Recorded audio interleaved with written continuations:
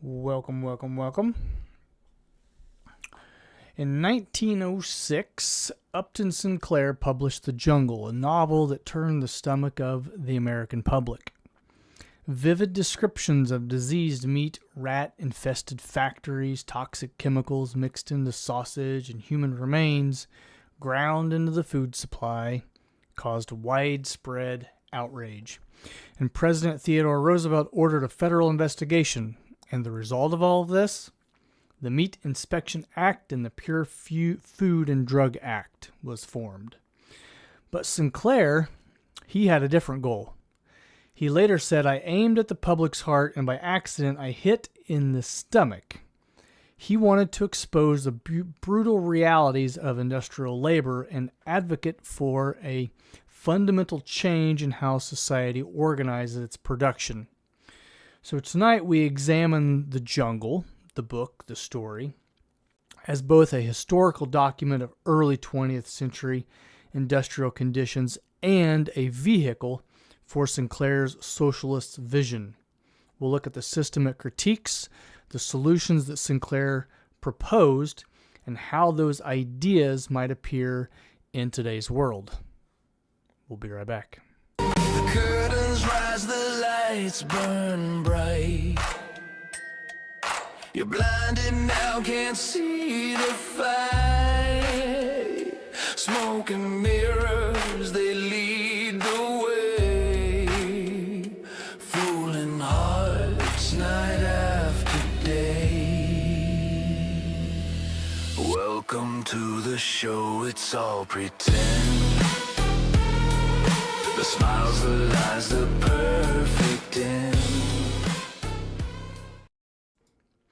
So welcome back to episode 67.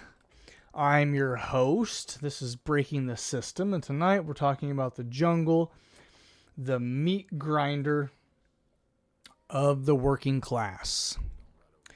And at the turn of the 20th century, America was transforming rapidly. Millions of immigrants from Eastern to Southern Europe poured into our cities like Chicago, drawn by the promise of jobs in the booming factories.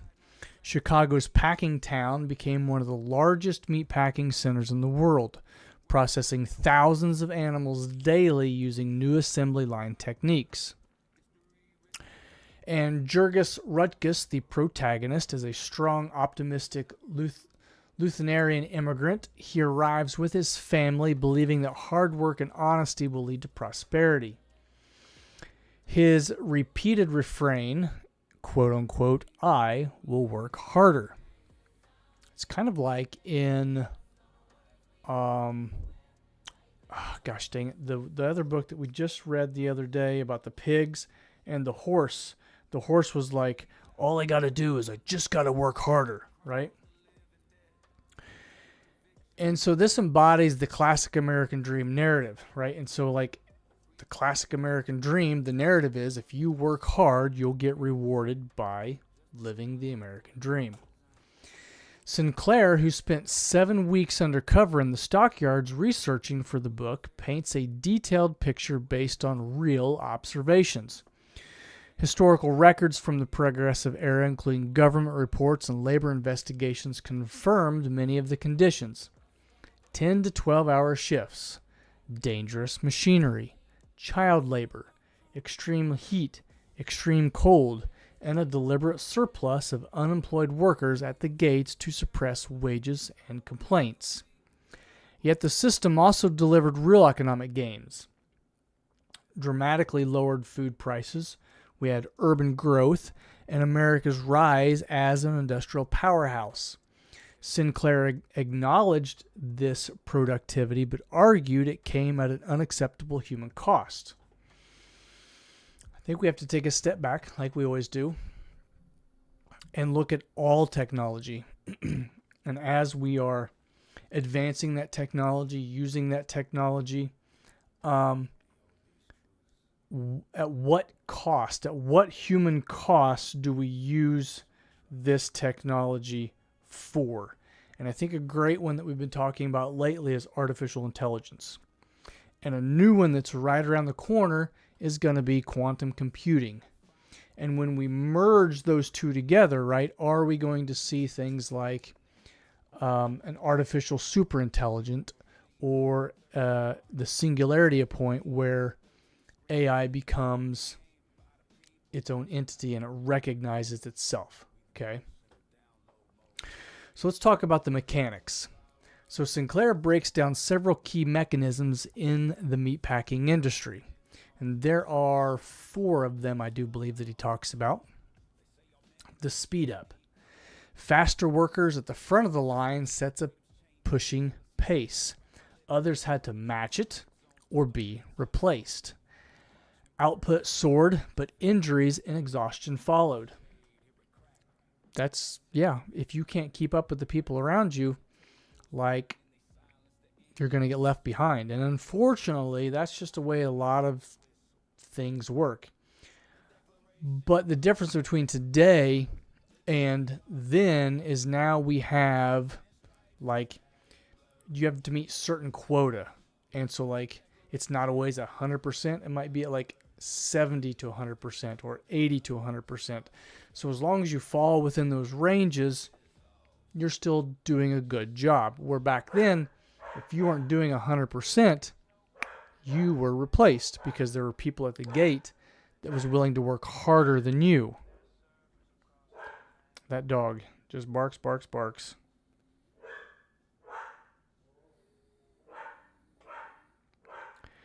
And so next we'll talk about the disposable body. Jobs had built-in expiration dates. Cold rooms caused rheumatism. Acid vats dissolved human skin. Knives claimed fingers and hands. By their 30s or 40s, many workers were physically broken with no safety net. And keep in mind that this was before we had things like 401ks, Roths, retirements, things like that, okay?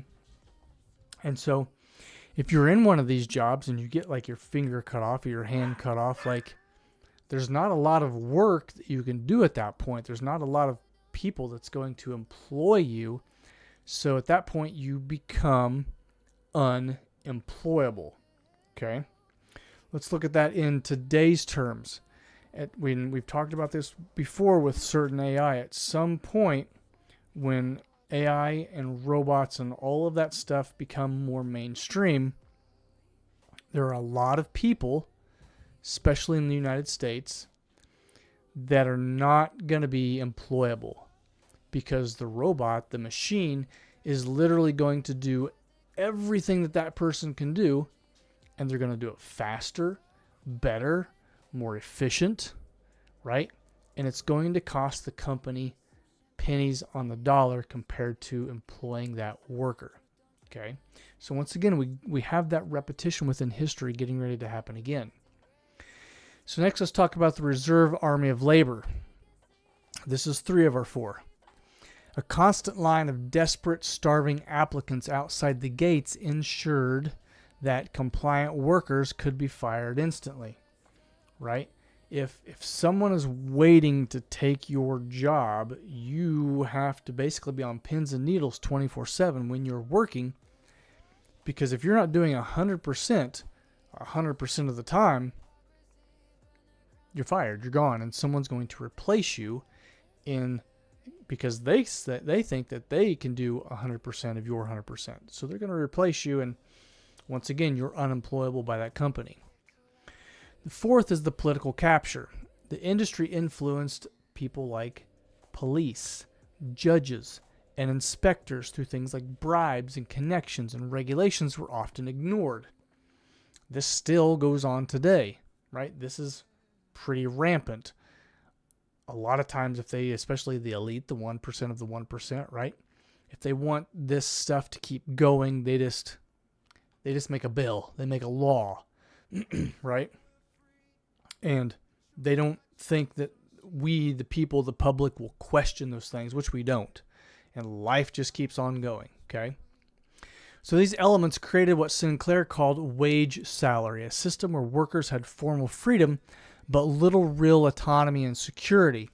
And I think if we don't use AI safely and effectively and appropriately, this type of society, this type of system that Sinclair is describing is going to happen again, because you're going to have a lot of people that's going to be unemployable, and they're going to create lines. And if you're in a job and you're not doing 100% of your 100%, someone is going to replace you, if not a computer or a robot. Okay?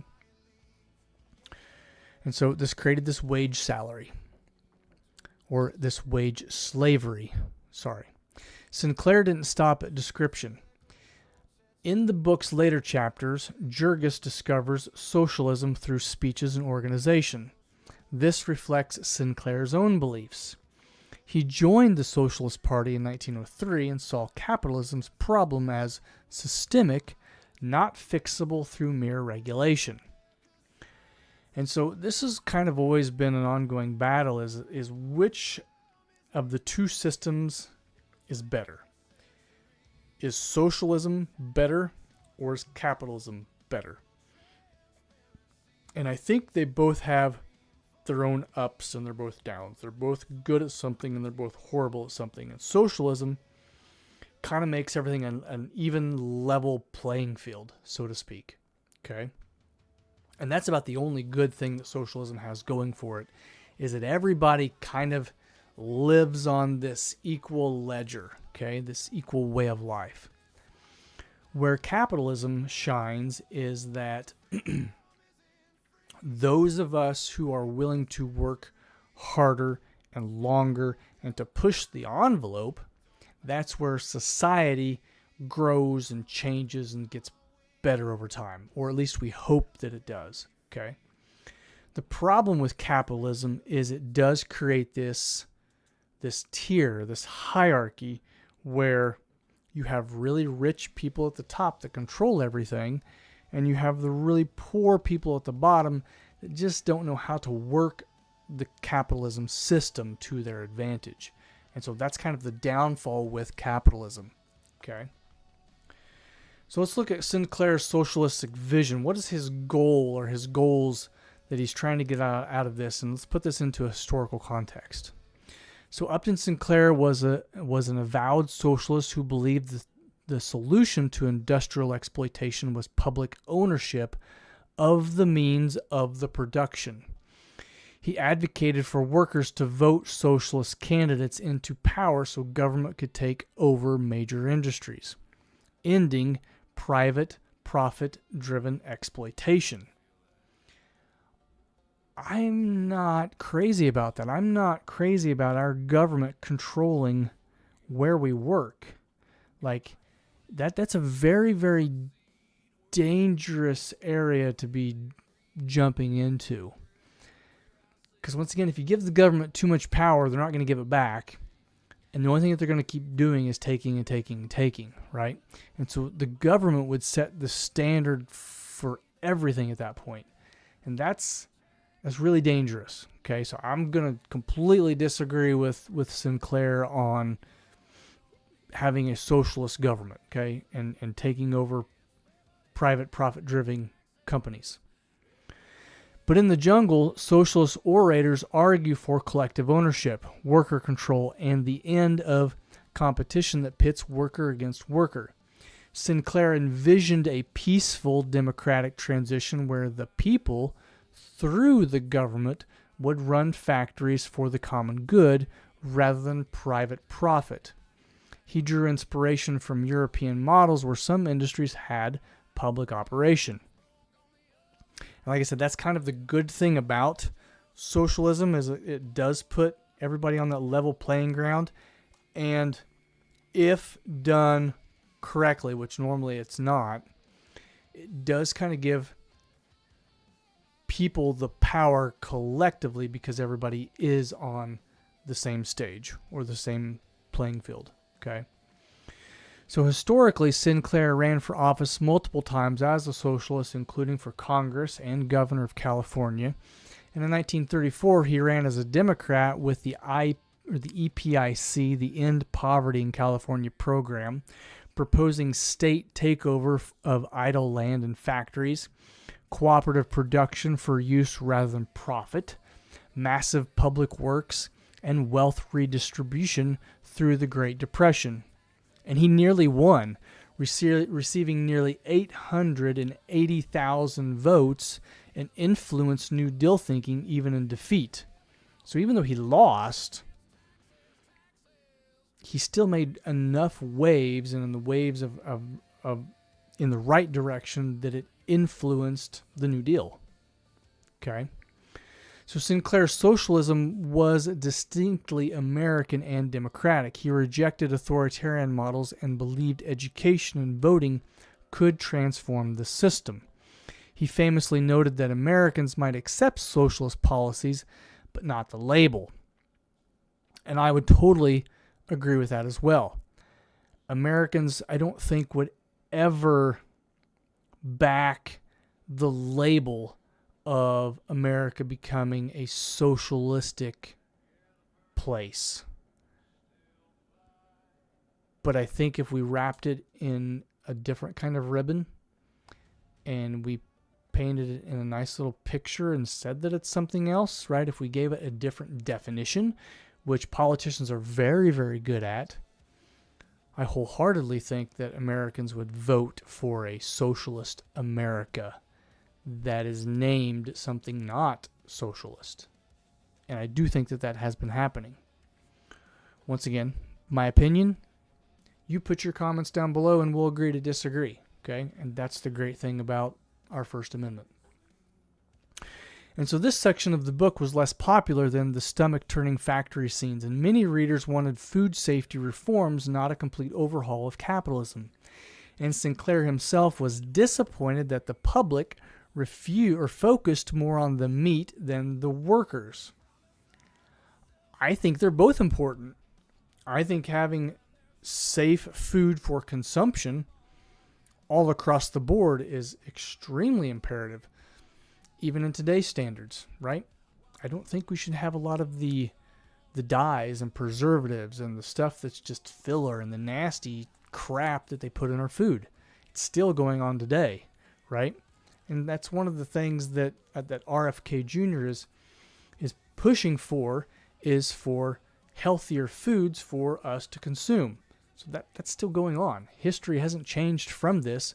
Once again, we've just called it something else. We've wrapped it up in a neat little package again, and we sold it to the masses. And of course, the masses have ate it up, like soda and candy, Skittles. Taste that rainbow. Get all those dyes and preservatives and sugars in your system, and get nothing healthy in return.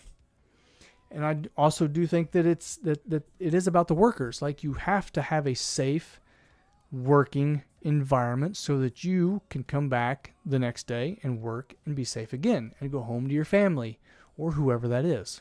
Okay? So the 20th century saw significant changes in response to conditions like those that were found in the jungle. Labor unions secured the 8-hour workday. Workplace safety laws, workers' compensation, and collective bargaining rights all formed. Federal regulations improved food safety and working conditions, and workplace deaths and child labor dropped dramatically. As U.S. labor costs rose, many industries globalized and manufacturing moved to other countries with lower wages, especially during like the 1970s, 1980s, and into the 1990s, right? We've seen a huge shift of mega corporations and factories moving out of the United States and into places like Mexico and Indonesia and Canada, right? And we lost a lot of good workers because of that, a lot of good jobs because of that, okay? Domestically, work shifted to things like services, logistics, and knowledge industries. But once again, I think if we take a step back, what are we building? What are we building in the United States? What are we actually manufacturing and building? We're doing it a lot more of it now than what we were like 2 years ago, even a year ago. But if we're not building anything in America, that puts us at a disadvantage in hard times, in times of need, in desperation, in war. If we're relying on places like China or Taiwan or Russia to create part of our circuits or our warheads or our planes or our tanks or whatever, that's going to put us in a bind during those times. We have to manufacture stuff in America. We have to have those jobs in America. We have to. Okay? We can't be shipping those overseas anymore. And if it means that we pay a little bit more at the store for those things, then that's perfectly fine because we're backing American workers. And the money stays here rather than going overseas, right? And funding China's economy or Canada's economy or Mexico's economy. And today we see algorithmic management and warehouses tracking every movement. Gig work offering flexibility but often fewer protections and intense productive pressure in white-collar settings. At the same time, average living standards, life expectancy for workers, and access to consumer goods have risen substantially compared to 1906. All of those things are true, yeah. And the core question remains, how much human cost is acceptable for efficiency and growth? How do we balance incentives for things like innovation with protections for workers? Those are two good things that we have to look at all of the time, okay? So let's explore what Sinclair's vision might look like if applied today. He favored democratic public ownership of key industries to eliminate exploitation. In a modern context, this could mean things like government or worker cooperatives running major sectors like food production, energy, or healthcare, prioritizing access and worker welfare over shareholder returns. I don't know, pick your poison. Like if you're in the stock market, then you're going to want shareholder returns. If you're not in the stock market, you're going to want things like worker welfare and prioritizing the access to those things and having healthcare and having good, free, or cheap energy, right? This could also mean stronger wealth distribution through taxes, universal basic services, or public ownership of productive assets. I have a really hard time with that because even though it would all be or theoretically distributed evenly, there's always going to be the mouthpiece of those things. And I think Canada's a good one. Look at Canada, what happens with their health care. Yeah, they might have cheaper or better health care on the surface, but when you're needing major surgery or if you have major complications, you might be waiting months and months and months to get into that doctor because that's the way that it's set up. And I just don't think that that's right. Okay. So I don't necessarily know if I agree with that bullet point. And so the last thing that it could mean is reduced emphasis on competition with more focus on production for things for use, like what are we going to use that for, rather than profit, echoed in some modern discussions of cooperatives, public utilities, or stakeholder capitalism reform.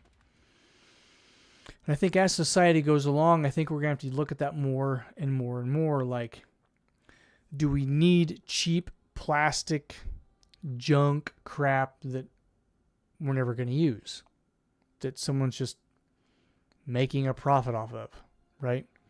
Or is it something that we can use for society to better society? And I think that that's going to be a big question for, especially for Americans, because we think that we're free, right? I mean, come on, we're not free, but we think that we're free, in that we're free, that we can spend our money however we want. So if we want to buy that cheap Chinese knockoff, or if we want to buy that extremely expensive sports car, that house that we can't afford, we can buy those things, right? Because that's competition, keeping up with the Joneses next door. But how do those things make tomorrow a better place? It doesn't. I don't think it does. And so supporters of these ideas argue they could reduce inequality, provide more security, and prevent the kind of desperation Sinclair depicted. Critics point out historical challenges with large-scale government-run industries, potential inefficiencies, reduced innovation, political corruption risks. That's a big one. Almost every time that you turn around today, there's some kind of political corruption going on in Chicago, Illinois, or in Minnesota, or in California. And there's questions about who controls the controllers. Who is the person that is pushing the button saying, yes, we're going to do this. Yes, this is what the masses want. You're still going to have that authoritarian person at the top that's going to be leading the way in those types of societies, right? So in today's society, we see partial implementations, public options in things like healthcare, education, in some counties, in some countries, strong welfare states in Nordic models or worker-owned cooperatives, and debates continue around minimum wage laws, universal healthcare proposals, gig worker reclassification, and corporate regulation. Globalization adds complexity to this. Even if the U.S. adopted more socialist policies, supply chains still remain international. We still have to have, even though some of those chips and cars and computers and whatever else is manufactured or made here, there's still supply chains. Like, where are we getting the silicone to produce that? Or where are we getting the gold to produce that? Or where are we getting the copper to produce that? And unfortunately, sometimes that's international. It's not just secluded to the United States. And so that's something else that we have to look at for national security in the long run. Not only how are these things being manufactured, but where are we getting the stuff that supplies those chains that makes those items. And so Sinclair believed the system's logic inevitably leads to concentration of power and worker exploitation unless ownership itself changes. Others argue markets with targeted reforms have lifted billions out of poverty globally and driven technological progress. And that's a big one that I think that a lot of us forget about, is that if we're all on this equal playing field, there's no push, there's no real desire for technological innovative progress to exist. Because why would we want to uplift certain people if it's not going to uplift all of society, right? So we're gonna throw that idea to the wayside because that wouldn't help the masses, that wouldn't help everybody, okay? So I think that's a bad thing. And so the conversation Sinclair started remains alive in discussions about automizations and how it's going to impact, how it is going to impact the jobs in the job market, the gig economy, wealth gaps, and the future of work, especially in an AI-driven world, right? And that's becoming more and more prevalent every day. And like we talked about, AI is not going away. AI is here to stay. And so, in conclusion, we always have to ask our questions. And so the jungle remains powerful because it forces us to look at the human realities behind economic systems. Sinclair used the meatpacking plant as a microcosm for how incentives shape behavior and those outcomes that are associated with that. So whether one sees the solution stronger regulation within capitalism, democratic socialist reforms, or other approaches, the book itself highlights a fundamental tension.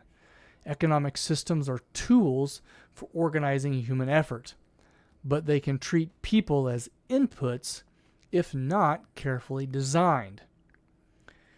And so Upton Sinclair argued that only a fundamental shift in ownership and economic organization could solve systemic exploitation. In today's complex globalized economy, what changes to how we structure work and ownership would best serve both human dignity and societal progress? And how would we implement and evaluate those? So who's going to be the final say? That's amazing, let's go with it. It's going to impact all of humanity. You're still getting a single person's input. You're still getting a single person's opinion, right? And so this week we want you to examine your own relationship with work. What invisible rules and incentives shape your daily efforts? What makes you get up and go to work every day? What makes you work at 80 to 100%? What makes you go above and beyond in wanting to get a better job in life, to maybe get a job that has better health care? Are those incentives that are shaping your daily efforts? Where do you see trade-offs between efficiency, innovation, security, and dignity in your life and in the broader society? So look within yourself. How can you be more efficient? How can you be more innovative? What are your securities? How are you securing your future and your kids' future? And at what dignity, right? What are you willing to do? What are you willing to give up to make all of that work? Because for $100, some people will lick the mud off your boots. For $1,000, some people will do anything. For $1 million, some people will kill and murder, right? And so what is your price? What is your price that you're putting on those things in your life? And once you start thinking about those things, start thinking about society on the broader spectrum. Because if there's 100,000 other people just like you that's willing to lick the boots or willing to do anything or that's willing to kill for those things to happen, where's society headed? Okay? And with that, I'm your host. This has been Breaking the System tonight. I hope we have pushed the boundaries. I hope we have made you question some certain things that are happening in society, that's happening within these systems that shape us, that bind us, that connect us in society. And I hope you have asked the question of how do we change those systems for a better tomorrow. So with that, I leave you. Good night. God bless, and we'll catch you guys next time. We appreciate it.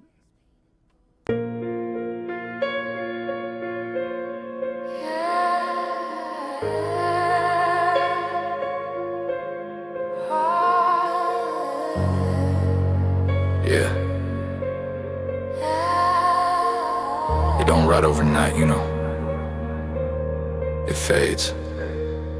Slow. Silent. Sweet. Like poison in the ink. Yeah, we build our walls out of words and pride. Now the cracks run deep where the truth once lied. Screens for temples, code for creed. We worship the lie that feeds our feet. Every echo shake, every thought rehearsed. History written in